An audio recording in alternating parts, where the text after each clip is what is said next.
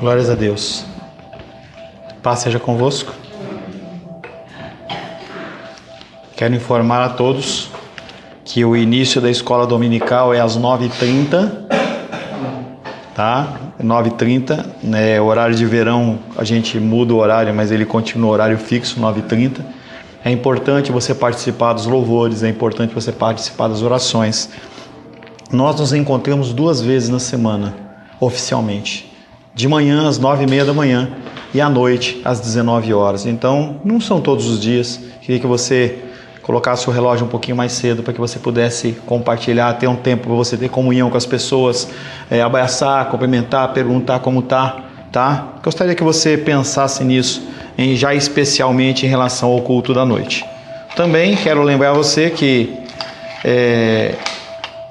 nosso culto ele vai até às 10h30, então não há necessidade de você ficar se movimentando com água, com banheiro. Desligue o seu celular, coloque o seu celular no silencioso, se for necessário, se não desligue-o, tá? Para que nós possamos ter um tempo de comunhão com o Senhor e nada venha interromper esse tempo com o Senhor. Amém, queridos?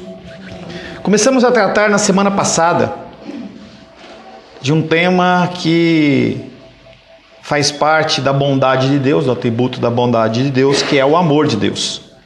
O amor de Deus é algo que nos constrange, mas também é algo que muitas vezes é mal entendido. Talvez as pessoas coloquem a bondade, o amor de Deus sobre outros atributos. Então, quando nós falamos sobre justiça, quando nós falamos sobre ira, quando nós falamos sobre qualquer tipo de situação que nos seja negativa aos nossos olhos, nós não conseguimos relacionar a Deus. Então há uma divisão, por exemplo, em pensamento do Deus do Antigo Testamento e o Deus do Novo Testamento. Parece que são 2 deuses. Parece que Deus Pai, no Antigo Testamento ele mandava, e a partir do Novo Testamento quem manda é Jesus, e aí tudo pode, e é pizza, e não é assim que funciona. O amor de Deus é uma maneira de Deus mostrar a sua bondade para com os homens. Nós falamos que essa ideia de que Jesus te ama e Ele ama, mas nesse contexto de que Ele me ama e eu posso fazer o que eu quiser, isso não existe. Nunca existiu. A figura de Deus não é uma figura de um banana, não é a figura de uma pessoa que ela deixa que as coisas corram como a gente quiser. Não, Ele tem planos pré-determinados para as nossas vidas, e isso nós já trabalhamos, não nos faz garrafas, não nos faz objetos, não nos faz marionetes. Então as coisas não acontecem segundo a nossa vontade, mas acontecem segundo a vontade dEle. E essa condição do amor, ela casa muito bem dentro de todas essas atribuições, em especial de juízo. Nós estamos vendo no segundo período o caso de Abacuque, junto de Ezequiel e de Jeremias, que fala sobre toda aquela punição sobre o povo de Israel, porque eles não cumpriam as ordenanças do Senhor. Não é verdade que o amor seja o mais importante. Tira isso da sua cabeça. Talvez seja com o que você mais tem afinidade, porque nós amamos ser amados, mas nós odiamos obedecer. E Deus, Ele não é um Deus que Ele tem mais de uma coisa ou menos de outra coisa. É tudo numa medida só. Se não fosse o amor de Deus, jamais nós seríamos restaurados. Isso é uma verdade. Falamos na semana passada também que o amor de Deus, ele é essencial nele, como todos os seus atributos. Deus não é só amor. Deus, Ele é ira, Deus é justiça, Ele é sabedoria e tantas outras coisas que nós temos visto ao longo dos domingos. Os seres humanos possuem o amor porque eles receberam de Deus. Também é uma característica que faz parte dos atributos de Deus. Nós recebemos sempre de Deus de uma maneira derivada. Nunca gera no nosso coração algo, a não ser o mal, que vem desde a queda do homem. Nós temos essa inclinação para o mal, mas nada de bom gera no nosso coração. Nós recebemos de Deus, e a partir do que nós recebemos de Deus, nós passamos a outros, ou não. O amor de Deus, para Ele, é essência, para nós não é essência. Aonde nasce o amor de Deus? Em nós, através de uma atitude. Quando alguém faz um favor para você, alguém empresta o dinheiro para você, alguém dá uma carona, vai fazer uma visita, você se sente amado. Mas e em Deus? Aonde nasce esse amor? Será que Deus, Ele é um Deus como a figura do Deus grego, que Ele precisa ser adorado? Se você vê filmes de mitologia grega, você vai ver os deuses carecendo de uma adoração humana, porque senão eles não sobrevivem. Você vê muitos filmes assim. Você vê a mitologia grega, e talvez a romana, não tenha o conhecimento, seja a mesma coisa, em que os deuses eles dependem da sua adoração. Se você for num centro de macumbaria, de ocultismo, você vai ver que as divindades ou os seres que ali atuam, eles trabalham a partir de oferendas. Se você não oferecer, você não recebe nada em troca. Se você quer conversar um pouquinho mais a respeito disso, converse com o Sebastião. Ele era um sacerdote dessas linhas malucas aí, entendeu? E ele vai te falar como é que era. Ele vai falar que a coisa não era de graça. A pessoa ela tinha que trazer. Titi também andava por aqueles meios. Talvez ela tenha rido por isso, entendeu? Andava lá nos meios lá, tchu, entendeu? Em que você tem que oferecer algo para receber algo em troca. Mas o amor de Deus, ele não nasce através de atitude sua, mas através dele mesmo. Ele gera em si mesmo o amor. Glórias a Deus por isso. Nós falamos também na semana passada quais são os objetos do amor de Deus, algo que nós já trabalhamos, em que nós apenas citamos. Falamos de dois tipos de amor, o amor ad intra, que é o amor dentro da própria Trindade, em que Deus Pai ama o Filho ama o Pai ama o Espírito ama o Filho. Aquele amor deles é um amor diferente, é um amor especial. É um amor que não necessita de cobrança, não necessita de ser alimentado, é um amor que não tem constrangimento, é o amor da Trindade. Esse é o amor ad intra, é uma expressão latina, não latina da América Latina, e sim de latim. E temos o amor ad extra, que é um amor que Deus exterioriza para as suas criaturas. E quando eu falo criatura, eu falo árvore, eu falo animal e falo seres humanos. Falo também planeta. Tudo isso é obra do amor de Deus. Deus não tinha, já falei isso para você, não tinha que criar cores, ele não tinha que criar sabores, ele não tinha que criar aromas. Ele podia ter feito tudo de uma maneira reta, sem nenhum tipo de variação, e nós nunca iríamos saber. É algo interessante que eu estava vendo uma reportagem de uma moça cubana, em que ela veio para esse programa de Mais Médicos, e ela estava contando o choque que foi para ela a cultura, em que ela nasceu num país em que ela não tinha direito a absolutamente nada, básico do básico do básico. Não conheço a cultura cubana, posso me enganar, mas tem direito a um pão, tem direito a um bife, tem direito a um negócio, é só aquilo, e se ofereceu aquilo, é só aquilo que você tem direito. Quando ela chega no Brasil e vê essa fartura, em que toneladas e toneladas de alimentos são jogados fora todos os dias, mesmo na nossa casa, ela ficou chocada, porque ela não conhecia isso. Talvez nós ficássemos também chocados dentro de uma realidade em que Deus tirasse tudo isso que nós vemos, que eu falei, cores, aromas e sabores, e nós passássemos a viver uma vida cinza, uma vida sem sabor, uma vida em que você não adianta colocar sal na comida, que não tem gosto nenhum. São os dois amores de Deus. Esse amor ad extra é o amor que nos alcança através de todas essas coisas e muitas outras mais. Começamos a falar do amor de eleição. Falamos que esse amor é um amor que constrange as pessoas. Não é agradável aos nossos ouvidos. Em especial porque nós gostamos de merecer algo. Nós somos muito mais preparados para viver num regime de oferendas para deuses do que de receber algo por não merecermos. Isso nos constrange. Eu gosto de chegar no lugar e pagar e receber meu produto. Eu gosto de chegar numa pessoa, dar alguma coisa e receber algo em troca. Isso também acontece, por exemplo, no casamento. As pessoas elas têm um relacionamento de troca. Mas no amor de Deus não funciona dessa maneira. Em especial o amor eletivo dele. Ele se afeiçoa às pessoas por alguma razão. Por que ele e por que não ele? Porque eu estou na igreja hoje. Apesar de eu ter chamado a atenção de vocês em relação ao horário, eu reconheço a dificuldade de você sair da cama, porque eu tenho essa dificuldade. A chuvinha caindo, é muito mais gostoso você ficar debaixo da cama do que você sair. Por que Deus ele constrange a minha vida e não constrange a vida do outro? Vamos hoje? Não, hoje não. Hoje eu estou cansado. Hoje eu estou com sono. Hoje eu tenho outra ocupação a fazer. Talvez uma ocupação lícita. Não estou falando apenas de coisas ilícitas, estou falando lícitas. É lícito você descansar, é lícito você se alimentar, é lícito você ir para fazer uma série de coisas. Mas o que faz com que você se constranja? Esse amor eletivo de Deus é um amor que alcança a sua vida. E você tem que ser grato a Deus por isso. Você deveria ser, a primeira coisa que você deveria agradecer a Deus é: Deus, obrigado porque o Senhor está na minha vida. Nós não temos esta gratidão. É por isso que Deus, Ele tem um amor que é um amor agape, que não depende de você dar nada em troca. Você já agradeceu pelo mês de novembro que se foi? Ou foi normal? Faltou alguma coisa para você? Esse mês de dezembro começou, você pediu a proteção de Deus, você curvou a sua cabeça por alguns breves segundos e falou: Deus, eu preciso de Ti. As Escrituras rejeitam a ideia de que Deus esteja debaixo de qualquer obrigação em amar os homens por estes serem suas criaturas. Nós achamos que Deus tem que nos amar e Ele não tem. Nós fazemos isso como pais, como filhos, como tios, como mães, como sobrinhos. Mães olham para filhos e falam: eu gerei você por 9 meses, é isso que você me dá em troca?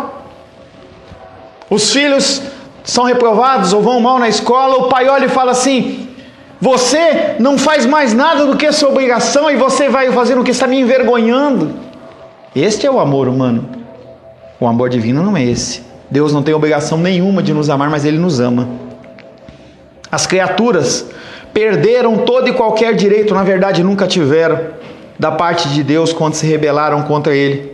Por essa razão é que as Escrituras afirmam que a única maneira de os homens serem salvos é Deus os alcançar. Se Deus não tivesse te alcançado, você continuaria como um zumbi andando por aí. Talvez você estivesse numa igreja. Pessoas estão em igrejas mortas. As igrejas estão mortas e as pessoas estão mortas. Pessoas que não pensam, pessoas que não se dão o direito de questionar, líderes que não aceitam questionamento porque não tem resposta, não aceitam a possibilidade de eles cometerem um erro e não se curvam, porque a figura de um líder espiritual, Superman, sem nenhum tipo de falha, é o que todos almejam, mas esse não existe. Existia um, e mesmo esse eles não aceitaram Jesus Cristo. Qualquer outra noção de salvação que não seja o amor de Deus faz com que nós não mereçamos a nossa salvação. Na verdade, a gente não merece a nossa salvação. O que nós merecemos é a perdição eterna. Mas mesmo assim o Senhor nos ama. Mas por quê? Não sei. Não há um ser humano na face da terra que tem explicação para isso. Por que eu? Porque o Senhor, Ele me ama, sendo que eu sou como eu sou. E você mais do que ninguém sabe o que passa na sua cabeça. As coisas que passam na sua cabeça, as coisas que você faz, aquelas coisas que você deixa de fazer. Quando a luz se apaga no teu quarto e você está só você ali, o que passa na sua cabeça, as suas ideias, os seus pensamentos, os seus desejos. Ele sabe e mesmo assim Ele não leva em conta e Ele diz: eu te amo.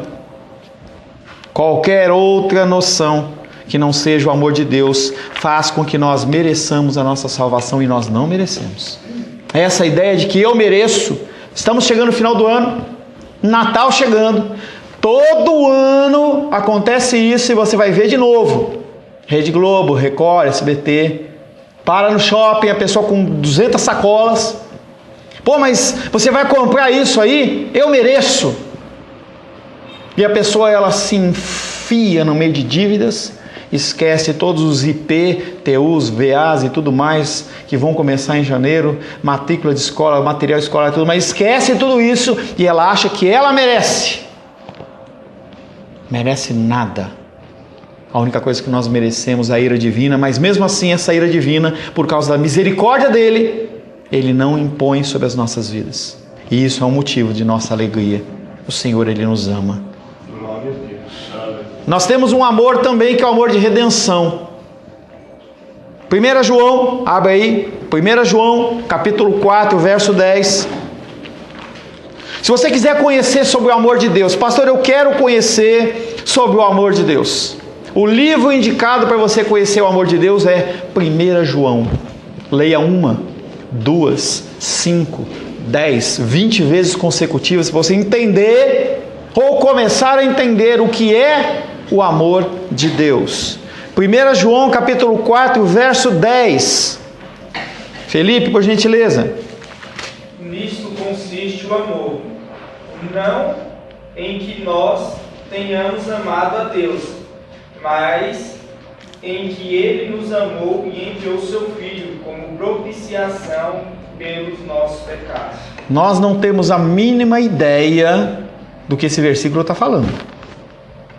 Nós não conseguimos mensurar a ação de Deus enviando o seu Filho para morrer por você, por mim. Nisto consiste o amor. Não em que nós tenhamos amado a Deus, esquece o seu amor. Ama a Deus? Lembra, André? Você ama a Deus? Cheguei para o André e falei, André, você ama a Deus? Ele falou, amo de todo o meu coração. Eu falei, você odeia a Deus? Repete comigo. Ele até engasgou. E passou em crise um tempo. Até que ele veio comigo, depois de uns 2, 3 meses, e falou, pastor, realmente eu começo a analisar as minhas ações, começo a analisar os meus pensamentos perante as Escrituras, e eu não amo coisa nenhuma. Nós cristãos dentro da igreja, nós não amamos a Deus, porque o amor a Deus, ele é manifestado através do cumprimento das Escrituras, e é Ele que define as regras do jogo. Se você me ama, você obedece os meus mandamentos. Se você quebra os meus mandamentos, você não me ama. Simples desta maneira. Nisto consiste o amor, não em que tenhamos amado a Deus, mas que Ele nos amou e enviou o seu Filho como propiciação pelos nossos pecados. Ele ofereceu o seu Filho para morrer por nós, mesmo antes da gente conhecê-lo, mesmo antes da gente dizer sim para Ele, mesmo antes da gente ser filiado ou não a uma igreja, Ele já tinha entregue o seu Filho amado. Nunca entenderemos o que o amor significa se começarmos com resposta humana. Se você tentar entender o amor de Deus a partir do amor que você tem pelo teu pai, pela tua mãe, pelo teu marido, pela tua esposa, pelo teu filho, pela tua filha, sobrinho, sobrinha, você nunca vai entender o amor de Deus, porque o nosso amor é um amor de troca. É o amor da macumbaria. Eu dou, recebo em troca. Casais e casais e casais se separam porque dizem que eu esperava outra coisa. Aquela pessoa nessa sociedade, ela me prometeu isso e não está sendo cumprido. Nas igrejas acontecem isso. As pessoas convidam, as pessoas, olha, vem para a minha igreja que aqui você vai ser salvo, você vai ser rico, você vai ter bênção. Quando a pessoa vê que a coisa não acontece, ele se frustra. Ué, cadê o Deus que você me prometeu? Esse Deus que Ele é um Deus que está aqui para me servir, Ele não existe. E a pessoa se frustra. O amor de Deus pelos seres humanos está sempre associado com a redenção de pecadores e que sempre conduz à salvação. Tudo que acontecer na sua vida, primeiramente, glorificar a Deus. Segundo, conduzir você para a salvação. Ele não está preocupado com a sua lágrima, com o seu choro, com a sua tristeza. Ele não está preocupado com a sua dor, ele está preocupado com um fim maior, que é a sua salvação. Se você puder ser salvo numa condição de vida agradável, beleza. Mas se você se rebelar, ele não tem problema nenhum com isso, e é isso que nós fazemos. As pessoas falam, eu estou mal. Chegam para mim, e aí, como é que você está, tal? Eu não estou bem, pastor. Está vivendo por conta? As Escrituras falam, anda por esse caminho. E você fala, não, eu quero ir por outro caminho. Consequências. Interessante que se você voltar o seu rosto ao Senhor e falar, Senhor, perdoa, me perdoa, Ele perdoa. É maravilhoso isso, mas as consequências elas continuam. E nós amargamos consequências das nossas decisões do passado. Que não tem nenhuma oferenda, não tem nenhum pastor, não tem nenhuma mágica que possa ser feita para retirar isso de você. Você vai ter que viver por aquilo. O amor de Deus pelos seres humanos está sempre associado com a sua redenção. A cruz é a maior demonstração do amor de Deus. A cruz foi o meio do amor de Deus, o meio de amor que Deus usou para tratar com o problema do pecado humano. O amor é a inclinação natural de Deus, não a nossa. As pessoas que nós temos mais afinidade, mesmo a elas, nós não temos amor. Deus derrama o seu amor por pecadores indignos. Sim, nós somos indignos. Romanos capítulo 5.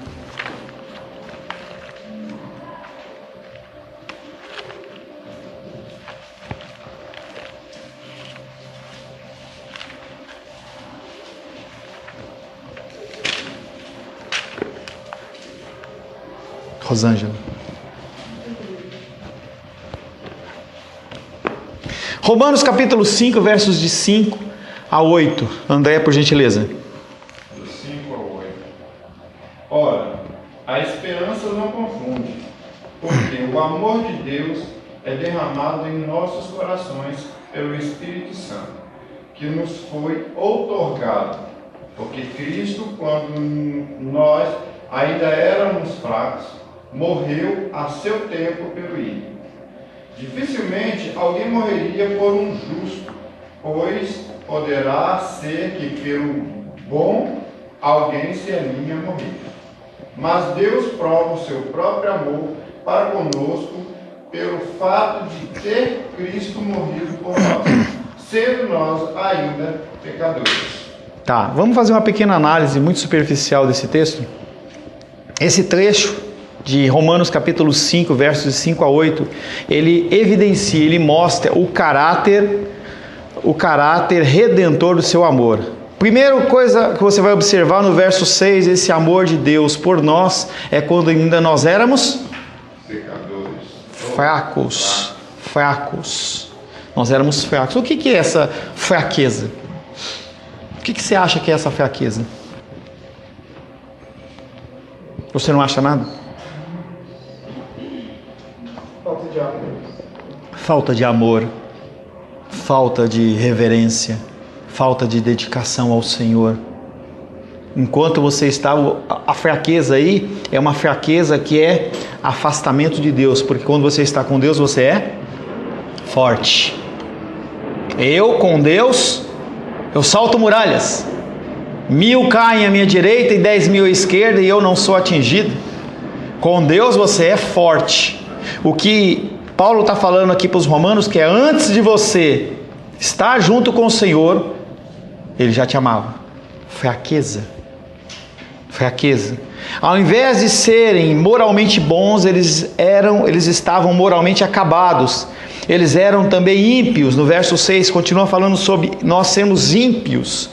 No verso 8 ele fala que nós éramos pecadores. E no verso 10 que nós não lemos, ele fala que nós éramos inimigos de Deus.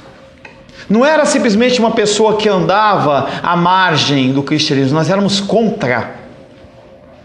As nossas atitudes apontavam para isso. As suas atitudes, os seus pensamentos, eles são muito mais profundos do que o que você exterioriza. Nós agimos como inimigos de Deus. Nós proliferamos o mal. Nós divulgamos coisas que não agradam ao Senhor. E mesmo hoje, no âmbito de Facebook, a gente vê quanta fake news, quanta porcaria sendo propagada. E isso é uma atitude do inimigo de Deus. Porque o pai da mentira é o diabo. Se você propaga algo que é mentira, você está sendo contra Deus. E aí nós vamos pior, nós vamos numa situação pior ainda. Você se encontra como um anticristo. Anticristo, ele é aquele que é contra as leis de Cristo. Não é necessariamente alguém que tem um número na testa, ou tem um chifre, um rabo, não. Mas pelas nossas ações, nós determinamos se nós somos pró-Cristo ou anticristo. Esse é o agir cristão. O agir cristão, falava ontem com as crianças no batismo. Você tem que ser batizado se você achar que você deve, porque você vai ter uma obrigação. Você não pode pensar da mesma maneira. Se você quer continuar pensando da mesma maneira, continue tocando a sua vida. Você não precisa de batismo para nada. Para que você precisa dessa tarja cristã, que eu sou cristão? Não resolve absolutamente nada. A palavra grega usada por Paulo traz uma ideia primária de alguém moralmente doente, antes que fisicamente doente. Antes de nós sermos enfermos em carne, nós somos enfermos em espírito. O nosso moral, ele é um moral que está podre. A sociedade brasileira, ela está toda definhando. A cultura ocidental, cada vez mais ela está entrando num buraco. Porque o ser humano, ele é moralmente doente, porque ele acha que ele pode fazer o que ele quer. Eu mando, eu governo, eu faço o que eu quero. E não é assim que funciona, nunca foi. Todo o texto mostra a condição de miséria do objeto do amor de Deus. Nós somos miseráveis. Deus nos ama a despeito de quem nós somos.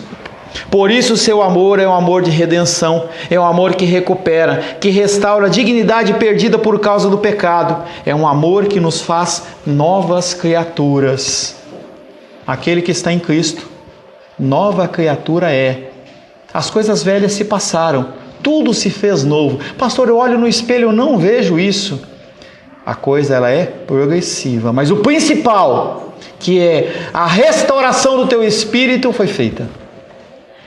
A restauração, você está pronto, você é como se fosse uma terra pronta a ser semeada, já foi arada, já foi trabalhada, está fertilizada, você é essa terra. Não necessariamente você está dando frutos ainda, mas você é essa terra. Esse amor de redenção é expresso totalmente pelo fato de que Jesus Cristo foi enviado para fazer pelos pecadores aquilo que a gente não poderia fazer por nós mesmos. Se você acha que você consegue alcançar a salvação por sua conta própria e risco, você está enganado. Se você acha que você pode passar esse mês de dezembro só pelas suas forças, você está enganado. Talvez você construa uma destruição que talvez venha explodir daqui a 5 anos, 10 anos, ou mesmo exploda na tua cara como uma bomba ainda nesse mês de dezembro. Nós precisamos de Deus. Portanto, uma maneira bem simples, podemos definir o amor de Deus como um aspecto da sua natureza que o leva a providenciar a redenção de pecadores. O amor de Deus não é um amor sentimental, em que ele flutua e é volúvel. A gente vê, né, na época do Dia dos Namorados, 12 de junho, lá, aqueles negócios lindos, maravilhosos, e você vê tanto amor no ar, né? Mas esse amor é um amor sentimental. Quando passou aquela data, passou aqueles momentos, a pessoa, não quero mais.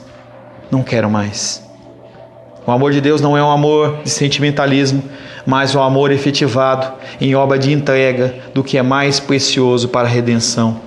A demonstração do amor de Deus para você foi um preço pago antecipado. Você não tinha como pagar aquele preço. É como eu estava negociando uma prestação, eu estou ajudando a faculdade de teologia lá onde eu dou aula, e tinha um aluno que ele estava devendo com juros R$11.000. Ele fez uma série de cursos e não foi pagando e passou desapercebido. E aí eu fui negociar essa dívida. O pastor dele falou assim: não, eu tenho uma empresa e eu quero pagar essa dívida, eu quero que você me parcele. Eu já conhecia aquele pastor, um homem correto, íntegro, direito, como poucos que existem. E nós conversamos e nós definimos as bases do acordo. E ele falou para mim assim: eu vou pagar a primeira tal dia e a cada tal dia você me coloca um boleto aí que eu vou pagar ele. E aí ele pagou a primeira, mandou uma mensagem para mim: eu já paguei a primeira. Eu falei assim: eu não espero nada diferente de você. E aí aquele aluno, ele precisava de umas documentações que eu não posso reter, mas que estava mais ou menos segura lá, aguardando um posicionamento dele, do aluno, que ele passou num curso da PM. E aí eu falei: pode liberar. E aí a menina da tesouraria olhou para mim e falou assim: você vai liberar antes dele quitar? Ela ficou espantada com isso. Eu falei: não, já acertei com o pastor, está tudo certo. Essa ação de espanto é o nosso espanto em relação à manifestação do amor de Deus por nós. Em que antes de você dizer sim para Ele, antes de você entrar numa igreja, antes de qualquer coisa, Ele já te amava. Antes que você fosse uma substância informe no ventre da tua mãe, Ele já te amava. Mesmo que teu pai e tua mãe não te amem, Ele te ama. E aí o Senhor, Ele vai nos cercando com esse amor dEle, e a gente simplesmente se rende a Ele, porque nós fomos alcançados por esse amor. É algo especial. Um terceiro tipo de amor de Deus é um amor sacrificial. Entenda que todas essas formas de amor que nós falamos, eles giram todas em torno do sacrifício de Cristo. Não tem como sair disso. Parece que eu estou chovendo no molhado. Não é. É simplesmente mostrando para que você entenda que o amor de Deus, ele nos envolve de todas as maneiras. Não há como fugir. O amor sacrificial de Deus. Diferente dos amores que os seres humanos possuem, que são em geral interesseiros, o amor de Deus é sacrificial. E o que isso significa? Significa que ele sempre procura o bem-estar dos amados, não importando o custo. Quando ele decide amar alguém, ele ama até o fim. Nós estamos meditando no Evangelho de João, capítulo 13, e ele fala que o amor dele é um amor até o fim. Quando ele lava os pés de Judas, ele está falando, apesar de eu saber que você vai me trair, você vai me enganar, você vai me entregar para a morte, eu continuo demonstrando amor, porque o meu amor, ele não é medido pela sua ação. É algo que eu vou falar hoje à noite. Em que quando Jesus ele fala, que Pedro fala assim, olha, João, vai lá e fala com ele, quem que é que vai te trair? Jesus não dá um brado, ele fala baixinho, tanto que você não vê a atitude de ninguém ali. Você não vê a atitude de Pedro. Pedro, quando vê as pessoas subir no monte do Getsemane, ele puxa a espada e já corta a orelha de Malco. Você acha que ele não ia fazer nada com Judas ali? Ele não ouviu. Porque o objetivo de Jesus Cristo ali não era expor Judas. Judas sabia o que ele estava fazendo. Estava perto. Se ele entregou o pão que ele molhou para Judas, não fala que ele levantou e foi na outra ponta da mesa. Ele entregou para Judas. Judas ouviu aquela conversa. Ele ouviu que Deus, através de Jesus Cristo, estava falando assim, olha, mais uma chance para você. E ele pega na mão dele o pão que representa a vida. E nem fala que ele comeu. Ou fala? Não fala. Não se sabe o que aconteceu ali. Ninguém ficou sabendo. Ele sempre procura o bem-estar do amado, não importa o custo. O amor de Deus que nos favorece tanto, lhe custou muitíssimo caro. A salvação que recebemos gratuitamente teve um preço muito alto. 1 João capítulo 3, verso 16. 1 João 3,16.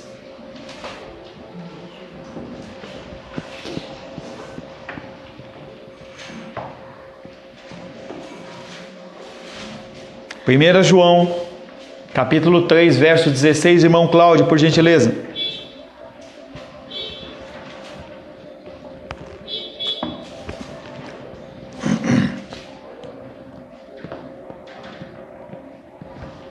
Conhecemos o amor, nisto que Ele deu a sua vida por nós, e nós devemos dar a vida pelos irmãos. E aí você percebe que o cristianismo é muito mais do que você receber algo. É você aprender com o mestre e você começar a se doar. Esse se doar, que é a manifestação do nosso amor pelo próximo, é algo que nos é exigido e nós temos tanta dificuldade de fazer. Porque nós fazemos sempre buscando algo em troca. Mas ele sabe disso. Mas ele deixa a instrução. E no final de 1 João ele fala, filhinhos, esses mandamentos eu vos dei para que vocês não pequem. Mas, se vocês pecarem, vocês têm um advogado, Jesus o justo. Porque ele pagou esse preço, ele tem esse direito. Paulo, apóstolo Paulo, ele vê isso, quando ele compreende isso, ele fica admirado. É interessante se você olhar a história de homens de Deus, não necessariamente da Bíblia, quando você vê a figura de Agostinho, Frei Agostinho, Santo Agostinho, da Igreja Católica. Ele era um homem que vivia numa condição pecaminosa, mesmo sendo clérigo. E aí aquele homem, quando ele entende esse conceito da salvação pela fé, pelo amor de Deus, independente da sua ação, ele se quebranta, porque ele olha para a sua condição pecaminosa e ele fala, ele ama a mim e eu não preciso fazer nada em relação a isso. Paulo também se constrange. Romanos 8, 32. Tem um versículo em Júbilo. Tava com saudade de ouvir seu comentário. Se eu for qualquer, eu falei assim, o que houve com a menina? Será que ela está com sono? Mas de 1 João, acho que é em João, né, que fala que amemos não só de boca, mas de fato e de verdade. Eu sei que esse versículo existe, mas eu não lembro o endereço não. Romanos 8, 32. Por favor, Shirley. Aquele que não poupou seu próprio filho, antes por todos nós o entregou, porventura não nos dá graciosamente com ele todas as coisas? E aí mais um tapa na nossa cara. Ele fala: eu já te dei o meu tudo. Eu te dei o meu melhor. Por que você está preocupado com as coisas pequenas?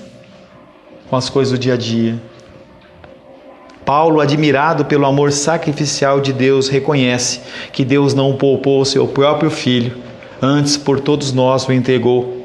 Deus não poupou o seu filho para que nós fôssemos poupados de receber a punição. Por isso o seu amor é sacrificial, porque Deus escolheu a si mesmo para sofrer a punição. O preço a ser pago era tão alto que uma ovelhinha, um boizinho, um bodinho não resolvia. O sangue de um ser humano não resolvia. As culturas pagãs sacrificavam os seus filhos, sacrificavam os seus primogênitos. Israelitas fizeram isso. Mas isso não era suficiente, porque esse sangue não tem este valor todo. É valioso. Quando o sangue do justo Abel foi vertido na terra, Deus olha para Caim e fala: o que você fez? A terra está clamando por causa do sangue deste homem. O meu sangue é precioso, o seu é precioso. Uma vida vale mais do que um mundo. Por isso que nós temos que nos dedicar. Nós não estamos aqui para ganharmos o mundo de pessoas, mas dedique a sua vida a uma pessoa. Invista tempo. Pegue ela pela mão. Nos feridas, passe o remédio necessário. Tenha paciência, carregue. Mas muitas vezes, nós não somos comissionados a ganhar o mundo. Nós somos comissionados a ganhar vidas. Uma vida é o necessário, é o importante. Se você cumprir isso, você vai ter cumprido o desígnio de Deus para a sua vida. O sacrifício do amor de Deus é porque Ele escolheu a si mesmo para sofrer a punição. Deus não escolheu alguém fora de si, mas o próprio Filho, que é com Ele um em essência. Paulo experimentou esse amor sacrificial de Jesus Cristo, levando-o a reconhecê-lo como Filho de Deus. Gálatas capítulo 2, verso 20.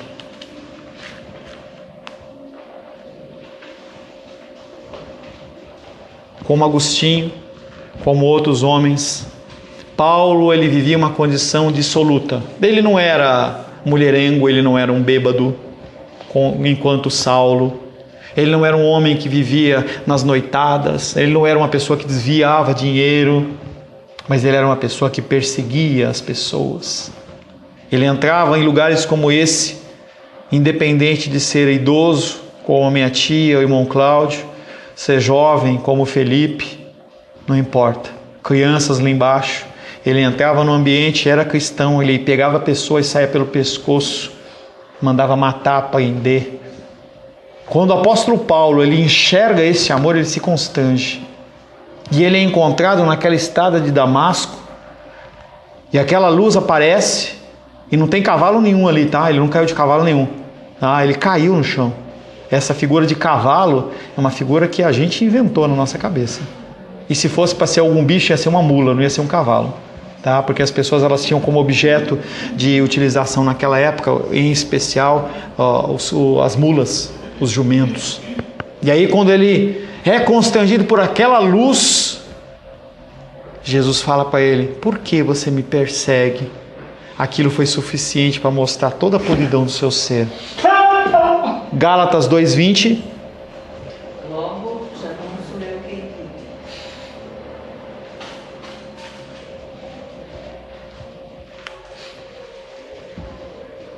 Logo, já não sou eu quem vive, mas Cristo vive em mim. E esse viver que agora tenho na carne,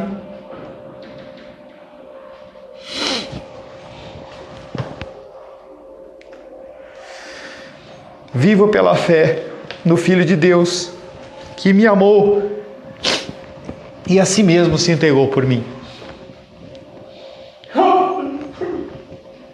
Se a gente pudesse entender isso. Nós estamos mortos para nós mesmos, porque Ele vive em nós. O Senhor, Ele vive dentro do nosso coração. No momento de maior dor, Ele abriu mão da sua vida por mim e por você. E Paulo, quando vê isso, ele fica constrangido. Ele fica chocado. Como que ele consegue? Como ele conseguiu fazer o que ele fez? E isso é algo que tem que nos constranger dia após dia. Paulo experimentou esse amor sacrificial de Jesus Cristo por ele, levando-o a reconhecer que o Filho de Deus amou a si mesmo, amou e a si mesmo se entregou por ele. A preposição grega que diz por não significa simplesmente em favor de ou em benefício de, mas no lugar de, o que implica um sacrifício substitutivo do santo no lugar do pecador. Quarto tipo de amor é o amor eterno, e nós vamos trabalhar ele na semana que vem, se Deus assim o permitir. Senhor Deus, como o apóstolo Paulo, nos colocamos na Tua presença, constrangidos pela manifestação do Seu amor. Não temos direito, não somos dignos, mas mesmo assim, somos objeto do Seu amor. Muitas vezes, Pai, nós não nos constrangemos, como Judas, que recebeu, Pai, o bocado molhado, que seria mais uma oportunidade dele abrir mão do pecado que ele ia cometer, mas que endureceu o coração. Que nós sejamos diferentes, que nós possamos, Pai, ouvir a Tua voz, que nós possamos ser constrangidos pelo Teu amor, um amor que nos alcançou primeiro. Te louvamos, Pai, te adoramos e te bendizemos. Em nome de Jesus. Amém.